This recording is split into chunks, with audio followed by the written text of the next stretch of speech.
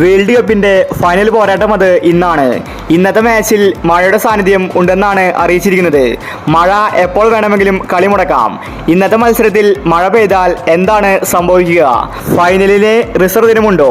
ഇനിയൊരു പക്ഷേ റിസർവ് ദിനത്തിലും മഴ പെയ്താൽ എന്ത് സംഭവിക്കും?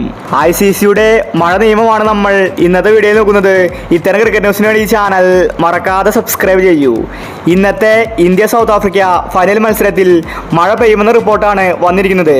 അതുകൊണ്ട് കളി തടസ്സപ്പെടുമെന്നത് ഉറപ്പാണ്.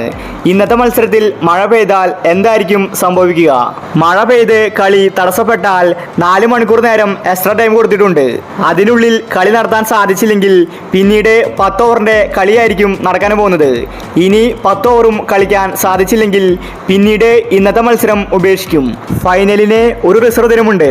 അത് നാളെ ആയിരിക്കും. അതുകൊണ്ട് ഇന്ന് മാച്ച് ഉപേക്ഷിച്ചാൽ നാളെ കളി വീണ്ടും നടത്തും. ഇനി നാളെയും മഴ പെയ്താൽ കളി നടത്താൻ സാധിച്ചില്ലെങ്കിൽ 2 ടീമിനെയും വിജയിയായി പ്രഖ്യാപിക്കും. അതായത് വേൾഡ് കപ്പ് 2 ടീമുകളും തുല്യമായി പങ്കിടും. ഇന്ത്യയും സൗത്ത് ആഫ്രിക്കയും വിന്നർമാരാകും. ഇന്നും നാളെയും ശക്തമായ മഴയാണ് പ്രവചിച്ചിരിക്കുന്നത്. ഇനി ഫൈനൽ ടൈ ആയാൽ എന്ത് സംഭവിക്കും? അങ്ങനെ വരുമ്പോൾ സൂപ്പർ ഓവർ നടത്തും. ഇനി സൂപ്പർ ഓവറും ടൈ ആയാൽ എന്തായിരിക്കും ഫലം? സൂപ്പർ ഓവർ ടൈ ആയാൽ റിസൾട്ട് വരുന്നത് വരെ വീണ്ടും സൂപ്പർ ഓവർ നടത്തും. ഒരിക്കലും ബൗണ്ടറികളുടെ എണ്ണം നോക്കി കപ്പ് കൊടുക്കില്ല. അപ്പോൾ ഇത്തരം ക്രിക്കറ്റ് ന്യൂസിന് വേണ്ടി ഈ ചാനൽ മറക്കാതെ സബ്സ്ക്രൈബ് ചെയ്യൂ.